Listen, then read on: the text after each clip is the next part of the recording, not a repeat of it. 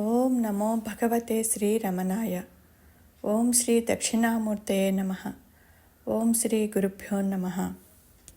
ఈరోజు స్టేటస్: అహంకారపు వ్యక్తిత్వపు నేను లేకపోయినా అహంస్ఫురణగా ఉండటం సాధ్యమే. ఉన్నది అదే ఎరుక కాబట్టి ఏది క్రొత్తగా వచ్చేది కాదు అని చెప్తున్నారు. నేను అనేటువంటిది తన అంతరంగ స్పృహగా చాలా అక్కడ నిశ్శబ్దంగా ఉంది. అది నిజమైనటువంటి నేను. ఆ నేను నుంచి కలిగినటువంటి భావన ఏదైతే ఉందో ఆ భావనకి ఎలాంటి ఆధిపత్యం లేదు. కానీ ఆ భావన ఆది అహంకారం నుంచి వచ్చింది కాబట్టి ఇది కూడా అహంకరించాలని అక్కడ చూస్తుంది. ఆ అహంకారమే ఆధిపత్యము.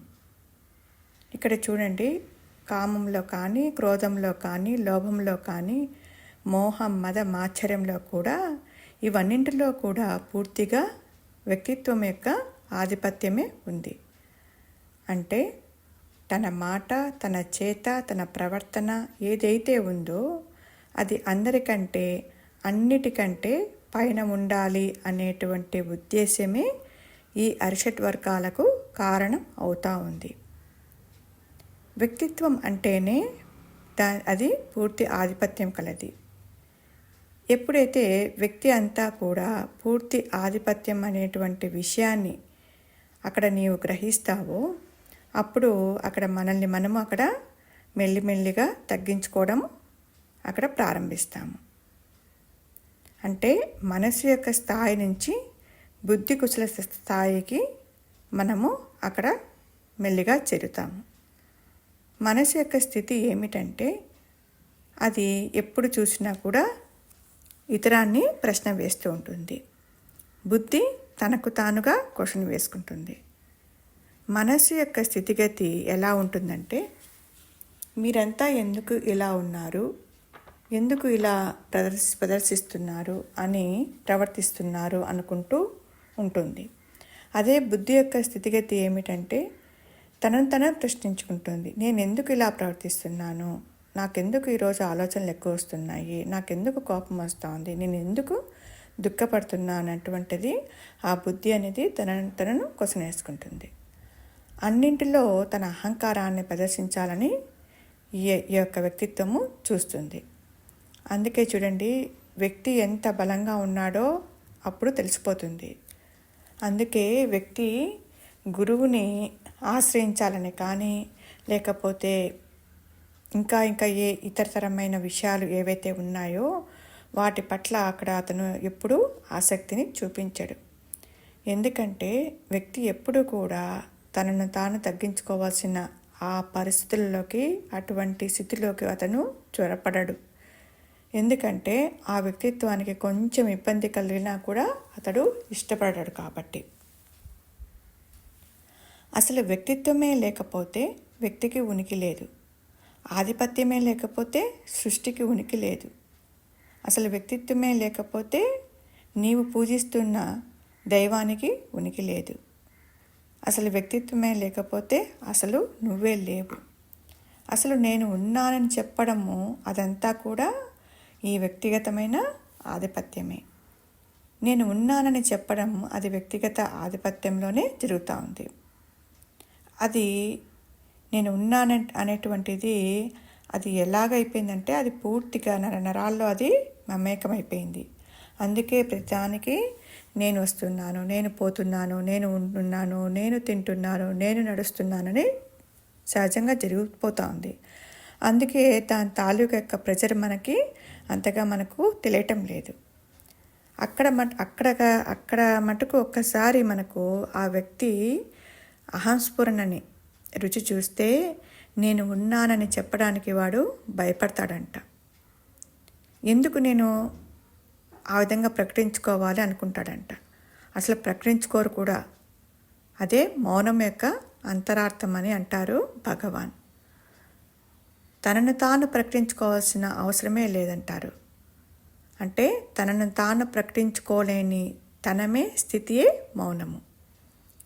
ఆ మౌనాన్ని మనం తెలుసుకోవాల్సిన, లేకపోతే భగవంతుని తాలూకు తెలుసుకోవాలని, లేకపోతే ఆత్మ యొక్క తాలూకు దివ్యత్వం ఎలా ఉంటుందో దాని గురించి తెలుసుకోవాలని, ఇలాగ దాని గురించి మనకు ఇది వ్యక్తి యొక్క బలమైనటువంటి కోరిక. అసలు తెలుసుకోవాల్సింది అది కాదు, వ్యక్తి యొక్క బలాన్ని, అంటే వ్యక్తి యొక్క అవగాహనని చూడాలి. వ్యక్తి యొక్క బలమే అది తన యొక్క అటాచ్మెంట్స్కి కానీ తన సఫరింగ్స్ కానీ అది గురి అవుతూ ఉంది. అంటే విచారణ ద్వారా జాగ్రత్తావస్థ కూడా కలలాంటిదే అనుకోవడం కానీ, లేదా ఇదంతా కూడా ఒక ఉच्चతర శక్తి నడిపిస్తూ ఉంది కదా అని అనుకోవడం కానీ, అసలు ఆది నుంచి జీవుడే పుట్టలేదు, అలా లేనివాడికి ఇదంతా తన నెత్తిపైన వేసుకొని కర్త భోక్త అని రెండూ తానే అని బాధలకు కానీ సంతోషాలకు కానీ అది గురవుతుంది కదా. ఇదంతా కూడా ఇలా విచారణ చేయడం వల్ల ఏమైపోతుందంటే అక్కడ మెల్లమెల్లిగా ఆ వ్యక్తిత్వం అనేది మెల్లమెల్లగా నశించిపోతుంది. ఈ విచారణ అనేది చాలా దృఢపడాలన్నమాట. మన మనసులో ఎలాగైతే ఇంతవరకు వ్యక్తిత్వము నాటుకొని పోయిందో ఆ వ్యక్తిత్వం అనేది పూర్తిగా తొలగాలంటే మనకి విచారణ అనేది నిరంతరం జరుగుతూ ఉండాలి. కొంతమంది చాలామంది ఏమనుకుంటారంటే ఆత్మస్థితిలో ఉండాలి అనుకుంటారు.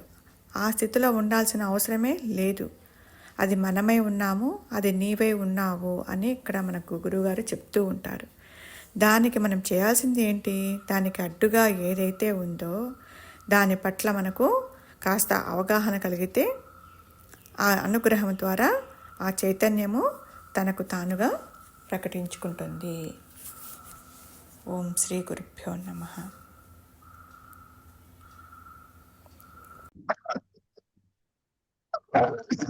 అహంకారపు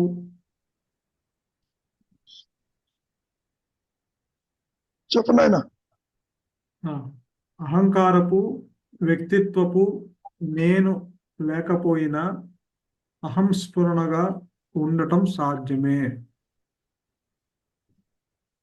ఎవరు ఉండటం గురుగారు ఎవరు ఉండటం సాధ్యము. వ్యక్తిత్వము అహంకారము లేకపోయినా అహంస్ఫురణగా ఉండటం సాధ్యమే అంటున్నారు. ఉండటం ఎవరు ఉండటం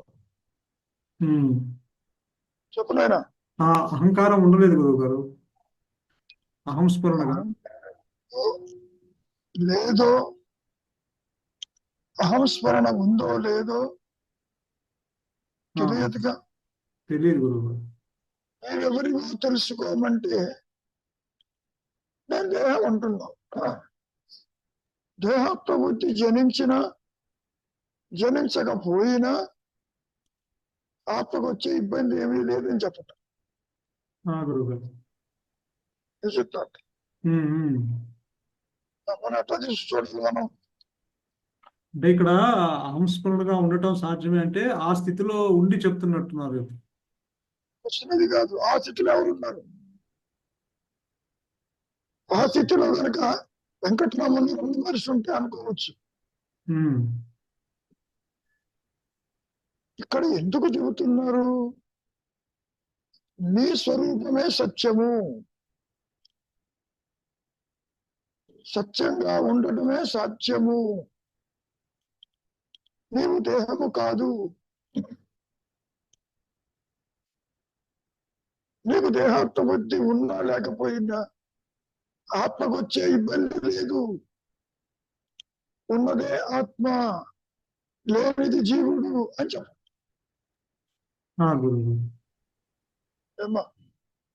అంటే ఇప్పుడు అదిగా ఉంది కాబట్టి అదిగా ఉండటమే, అది ఎప్పుడు ఉంది కాబట్టి అదిగా ఉండటమే సాధ్యం. ఇక్కడ అహంకారంగా ఉండలేడు కాబట్టి ఎవరు ఉండాలి?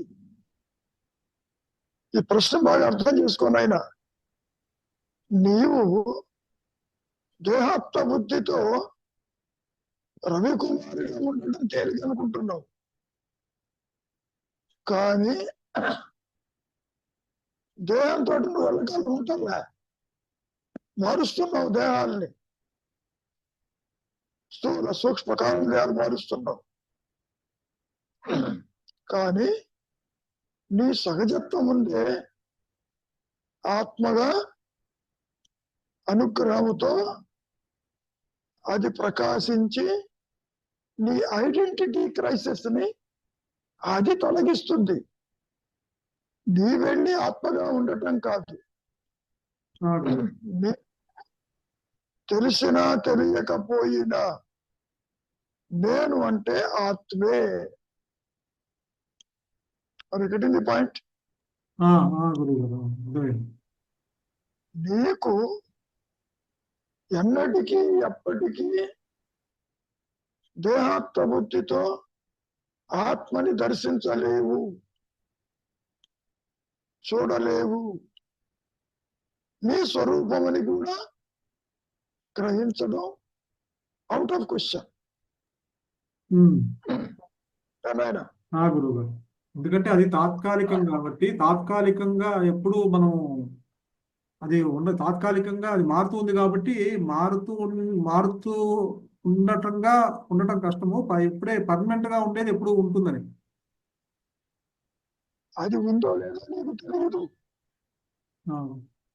దేవుడికి ఆత్మ ఒకటి ఉన్నట్టు తెలియదు, అహంస్మరణ ఉన్నట్టు తెలియదు.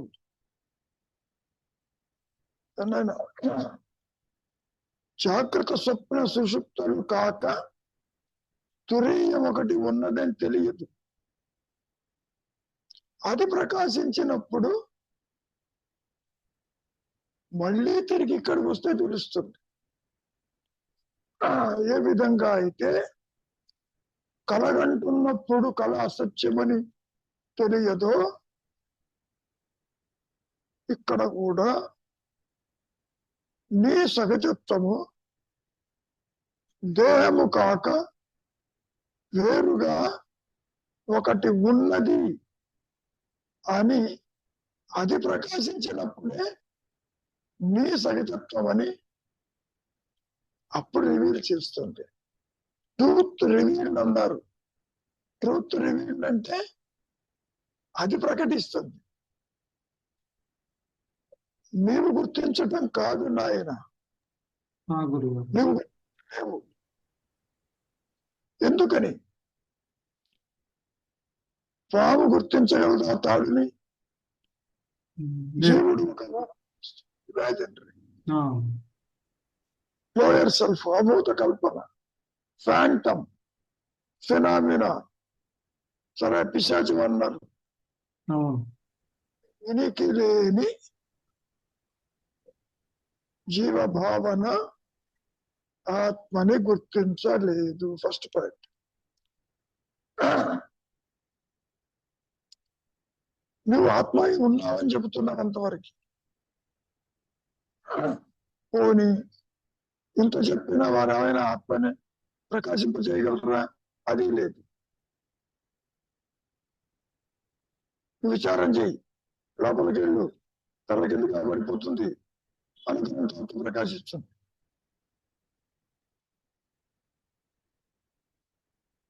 అర్థమవుతుందా? గురుగారు, అవునవును. అంటే అది తనకు తానుగా వ్యక్తం అవ్వాలి తప్ప వీడు తెలుసుకోలేడు. ఇప్పుడు కూడా అది వ్యక్తమవుతూనే ఉంది. ఆభరణంతో పాటు బంగారము వ్యక్తమవుతూనే ఉంది. జీవాత్మ భావనతో పాటు ఆత్మభావన, అహంస్మరణ వ్యక్తమవుతూనే ఉంది. కానీ నీ దృష్టి ప్రాపంచిక విషయ వాసనల వెంట ఉంది, కోరికల వెంట ఉంది, బంధాల వెంట ఉంది. అందుకని ఆత్మ ప్రకాశించిన నాకు తెలియటం లేదంటావు, నా స్వరూపం నాకు తెలియదంటావు. అది విషయ వాసనలు వెంబడి పడుతున్నా సరే, అది వ్యక్తమవుతున్నా, అది వీడు బాహ్యంగా ఉన్నా వీడిది గుర్తించలేడు కదా గురువు గారు. ఏమైనా ఇప్పుడు అది వ్యక్తమవుతూ ఉన్నా కూడా వీడికి ఎప్పటికీ తెలియదు కదా. వీడు ఆ ప్రాపంచిక విషయాల వైపు వెళ్తున్నా సరే వీడు దాన్ని గుర్తించలేడు కదా ఇంకెప్పుడు. ఎందుకు గుర్తించలేదు? ఒకటే నేను ఉన్నది, ఇదేమో ఆభాస నేను. అదేమో పూర్ణ జ్ఞానము. పూర్ణ జ్ఞానాన్ని బేస్గా తీసుకుని ఇది ఇక్కడ ఆటలాడుతుంది. నిద్ర అంటుంది, మెలకు అంటుంది, కళ అంటుంది, పుట్టుకంటుంది, మరణం అంటుంది, సంసారం అంటుంది, బంధం అంటుంది, మోక్షం అంటుంది. Is it not? గురువు అంటే వీడు బాహ్యమైన అంతర్ముఖమైన అది అది వ్యక్తమవుతున్నా ఇప్పుడు ఇందాక అడ్డంకి ఏంటంటే ఇక్కడ ప్రాపంచిక విషయ వాసనలు అడ్డుగా ఉన్నాయని చెప్పుకుంటున్నాం అంతే. అడ్డుగా ఉన్నాయని మాయలో చెప్పుకోవడమే. సూర్యుడికి అడ్డమే లేదు. అవును చెప్పాను ఒకసారి నయం అడ్డం వచ్చింది. నయం వచ్చినంత మాత్రాన సూర్యప్రకాశం ఆగిపోయిందే రైతుగా. గురువు అవును. కాబట్టి నువ్వు ఎట్నుంచి ఎటు తీసుకున్నా ఒక్క అనుగ్రహము చేతనే నీ సహజత్వము ప్రకాశిస్తుంది తప్ప మరే ఇతర ప్రక్రియలతో కాదు అని చెప్పండి.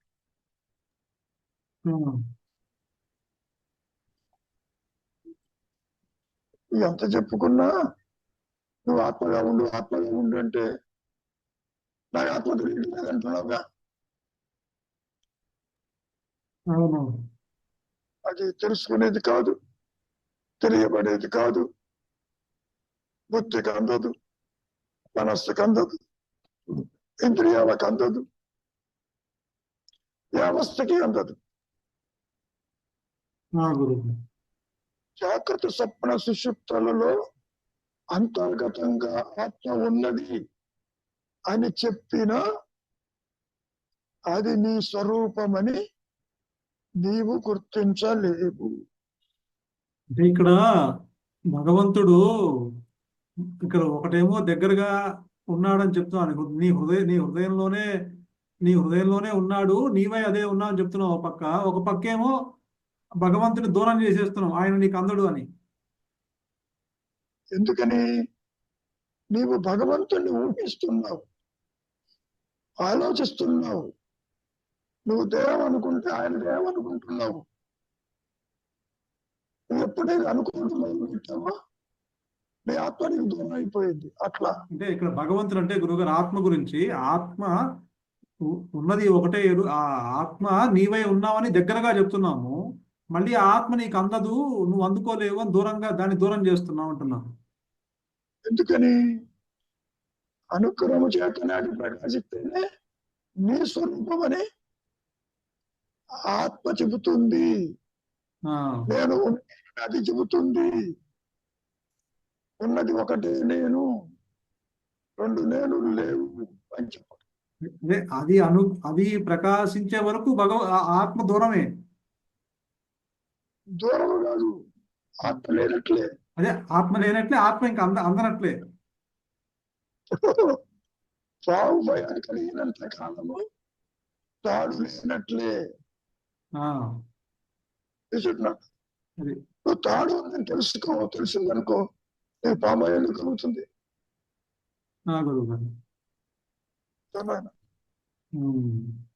అంటే అది ప్రకాశించేంత వరకు అందని ద్రాక్షనే. అందరిది కాదు, అసలు ద్రాక్ష లేదు, జీవుడు లేదు, అందేది కాదు, అందుకునేది కాదు, అందేది కూడా కాదు. వ్యక్తిత్వంతో మాయా నేను ఆత్మని దర్శించలేదు. ఈ అహంకారము పనికిరాదు. ఒక సందర్భంలో మహర్షి అంటారు, ఏ ప్యూరిఫైడ్ ఈగో ఈస్ ఆత్మ. ప్యూరిఫైడ్ అంటే ఎందుకన్నారు? శుద్ధ సత్వ మనస్సే ఆత్మ. ఎవరు చెయ్యాలి?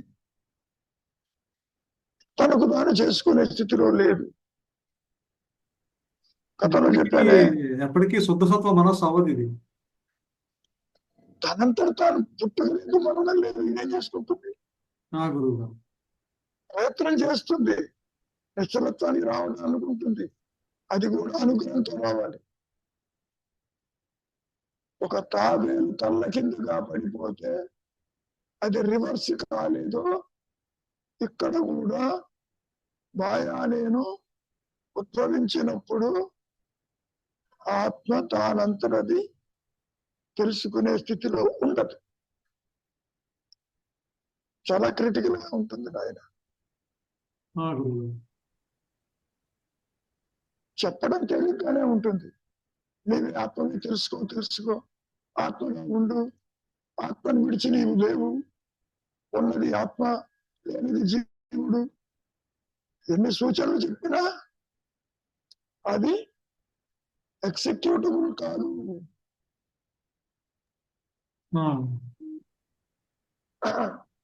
నువ్వు ఎప్పుడైనా వంట చేసావా? గురువు గారు. వంట చేసావా ఎప్పుడైనా? చేశాను గురువు గారు. అన్ని పెట్టావు, అగ్ని వెలిగించలే, స్టవ్ వెలిగించలే, ఇంకా ఉడకదు కదా. అది పాయింట్. అగ్ని కావాలి ఉడకాలంటే. అంటే జ్ఞానాగ్ని దగ్ధ కర్మాణి, ఈ ఆత్మాగ్నిలోనే ఈ మాయ, ఈ జీవుడు, ఈ బంధాలు, ఈ కర్మలు, ఈ జన్మలు, ఈ అవస్థలు, ఈ ద్వైతము, ఈ అజ్ఞానము దగ్ధమవుతుంది. అగ్ని వెలిగించినంత తేలికగా నీ చేతుల్లో ఉండదు. జ్ఞానాగ్ని అన్నాడు. గురువు గారు. అది హయ్యర్ పవర్ చేతుల్లో ఉంటుంది. అదే ఇక్కడ రెండు అగ్నులు. ఒకటేమో శరీరమేమో మామూలు ఈ అగ్నిలో దహించకపోతుంది, కానీ అహంకారానికి మాత్రం జ్ఞానాగ్ని కావాలి. ఈ బాడీ మైండ్ కాంప్లెక్స్ దేహము నశించిపోయినా అహంకారం నశించదు, ఇంకో దేహం తీసుకుంటుంది. ఈ మూడు అవస్థల్లో అది లైవ్ అవుతుంది, తిరిగి పుడుతుంది, తిరిగి దేహంతో వస్తుంది. కాబట్టి ఈ జనన మరణ సైకిల్ ఎప్పుడు పోతుంది? జ్ఞానాగ్నితో పోతుంది, లేకపోతే పోతుంది. This will continue.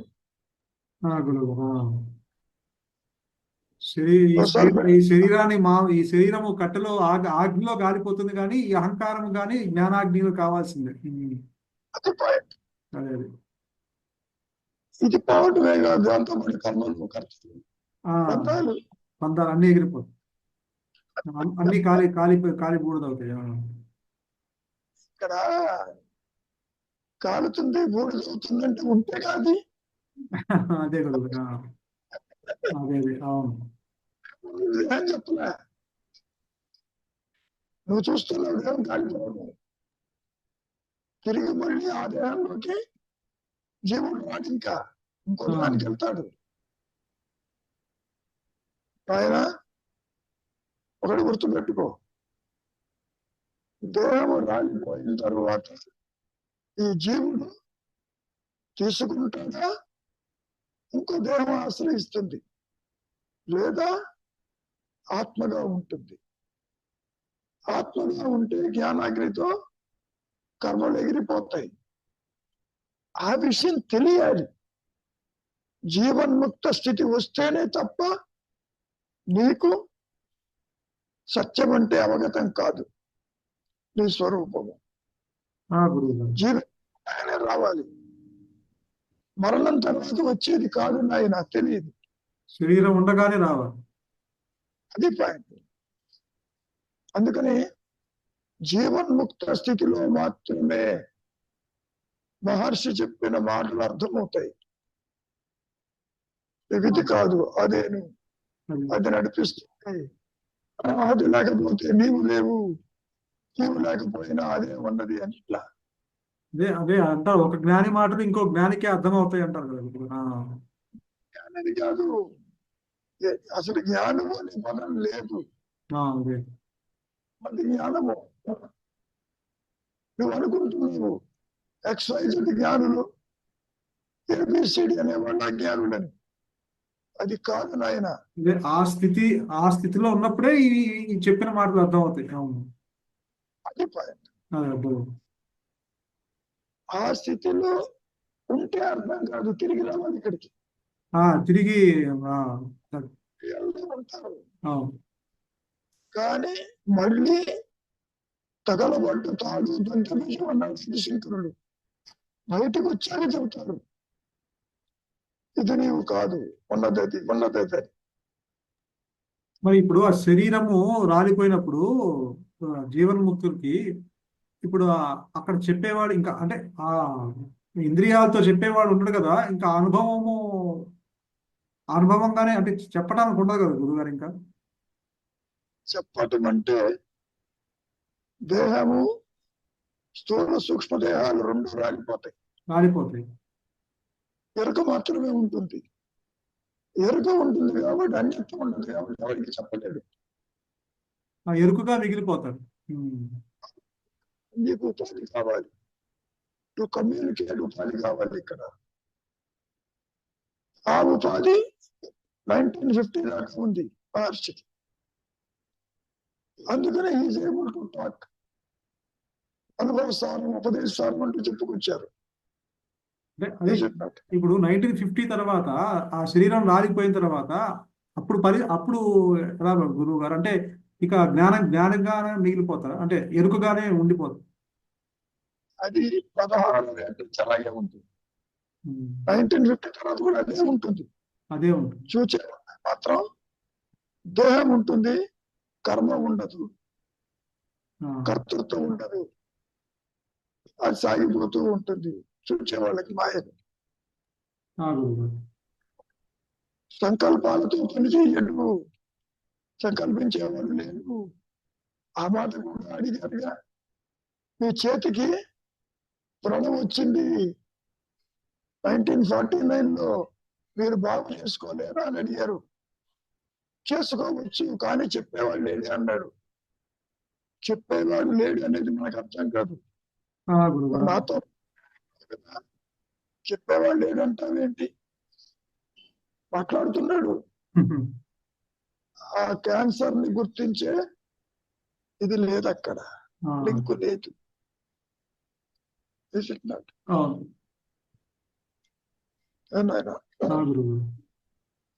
ఆ స్థితిని మనం ఇక్కడ ఎంత చెప్పుకున్నా మనస్సుకు అందదు.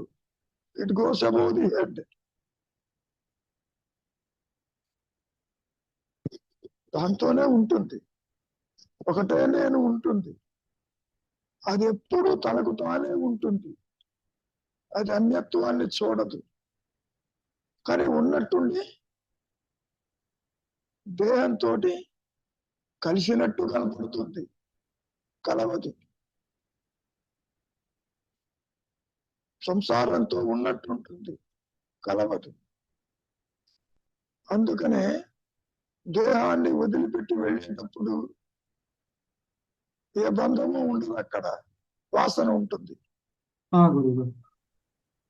ఇటువంటి క్యారీ ఎనీథింగ్, ధనం, వాహనాలు కావచ్చు, ఇల్లు కావచ్చు, సంసారం కావచ్చు, భార్యాబిడ్డలు కావచ్చు, ఆస్తిపాస్తులు కావచ్చు, ఏది తీసుకోవు. కానీ వాసన నీ ఎమ్మడి ఉంటుంది. వాసన కోరిక ఉన్నంత కాలము పునర్విమరణం, పునర్విచరణం, అవి మళ్ళీ ఎక్కువ చేస్తాం. విశేషమైనది ఎక్కువ థింగ్స్.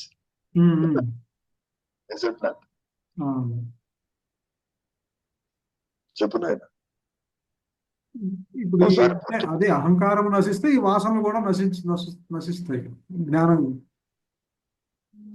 అహంకారము దానంతో నశించదు.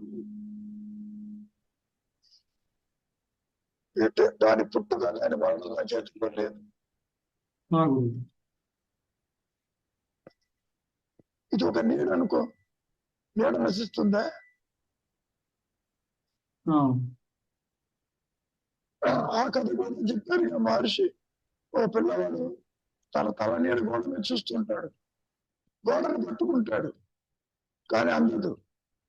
తల్లి చేతిని తల మీద పెడుతుంది, నాకు దొరికింది నీడు అంటాడు. అట్లా ఉంటుంది ఇక్కడ. ఆ, ఇది ఒక ఛాయ, ఒక ఆర్టిఫిషియల్ నేను, కృత్రిమ నేను. ఇది ఈ అహంకారం. గురువు గారు.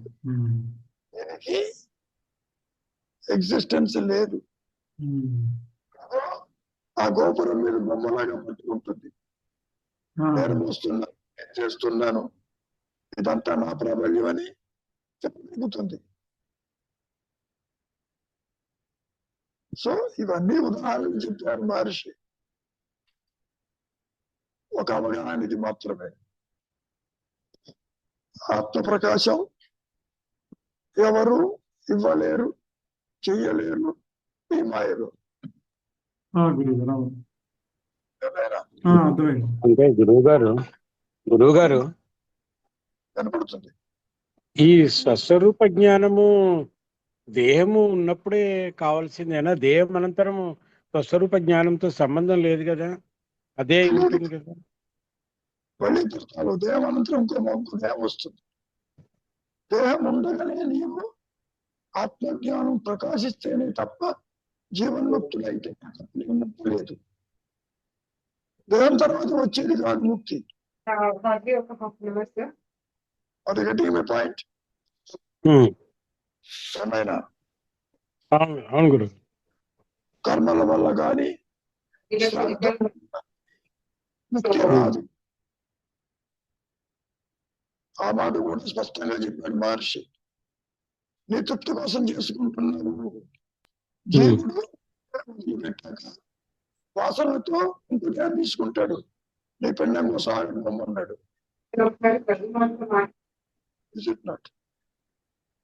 కనుక అంటే నేను అనుకోవడం ఏంటంటే, స్వరూప జ్ఞానం తెలుసుకోవాలంటే దేహం అవసరం ఏమో, దేహం ఉన్నప్పుడే సాధ్యమే అది అని.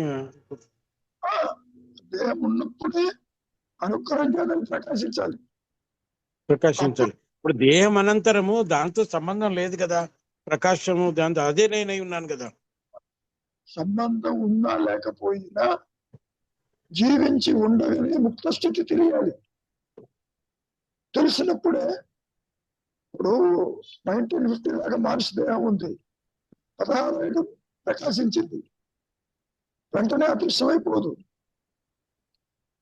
శంకరుడికి 5 ఉంది, 32 సంవత్సరాలు ఉన్న దేహంతో ఎన్నో శాస్త్రాలు, ఎన్ని మోదలు రాశాడు.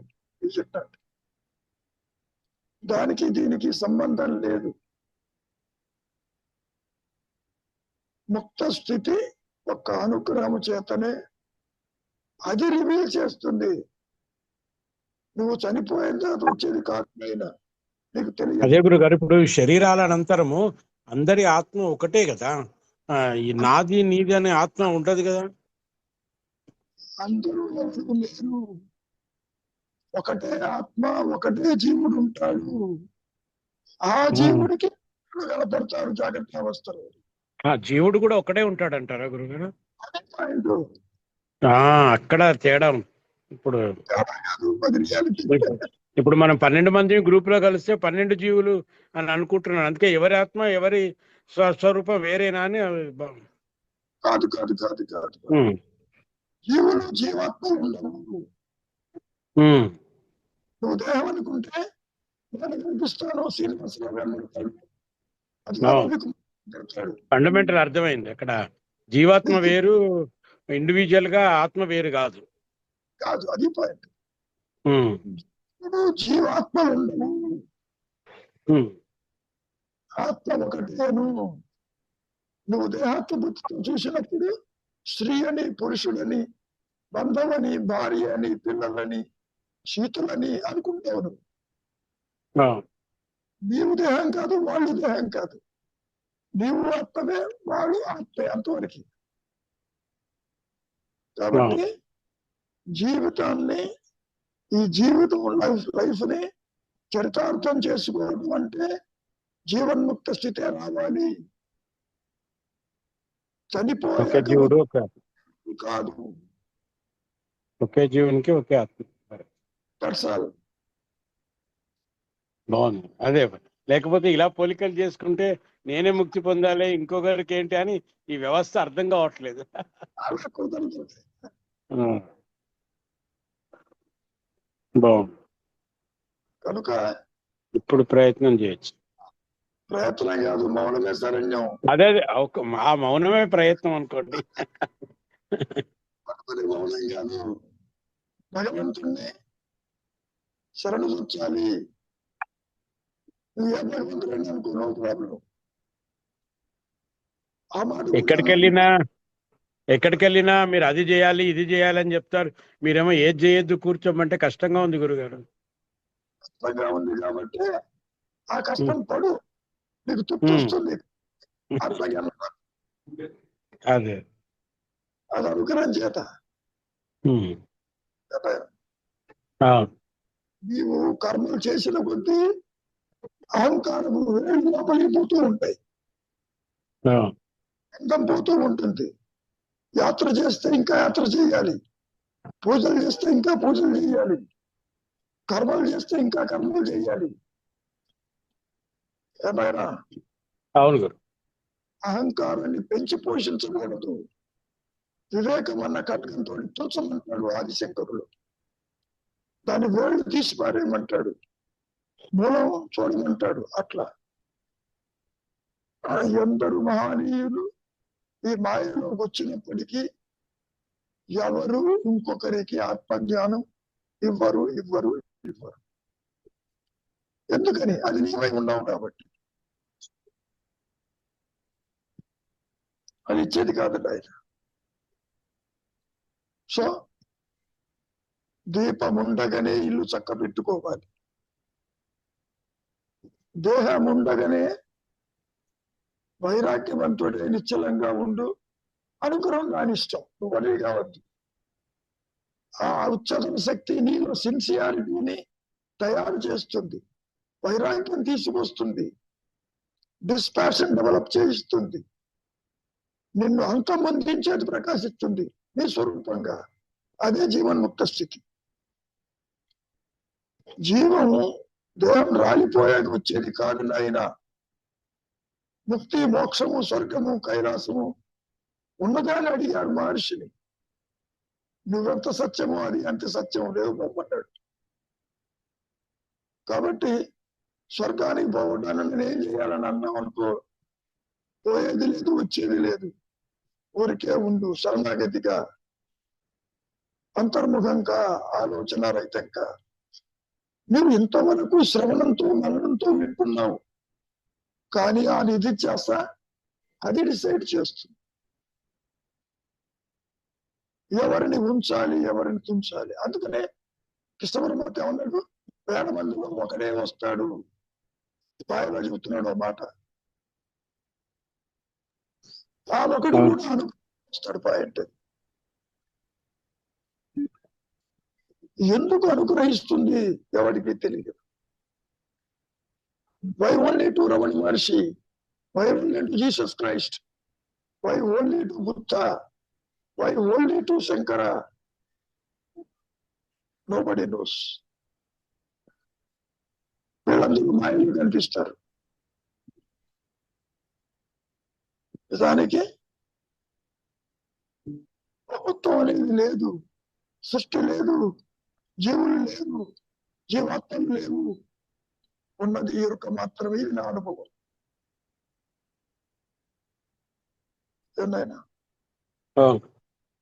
ఎంత దగ్గరగా బోధించినా మీకు నేనేమి ఇవ్వలేను. ఎందుకని? మీరు నేను ఒకటే కాబట్టి, ఉన్నది ఒకటే తప్ప కాబట్టి. Are you getting the point? ఏమైనా ఇంకేమైనా ఉండారా? అది గురువు గారు అయిపోయింది, టైం అయిపోయింది. అదృశ్యం అయిపోతుంది, ఉండదు. అదృశ్యం ఇది కూడా అహంకారం శాశ్వతంగా ఉండదు, ఎగిరిపోతుంది దాని టైం వచ్చినప్పుడు.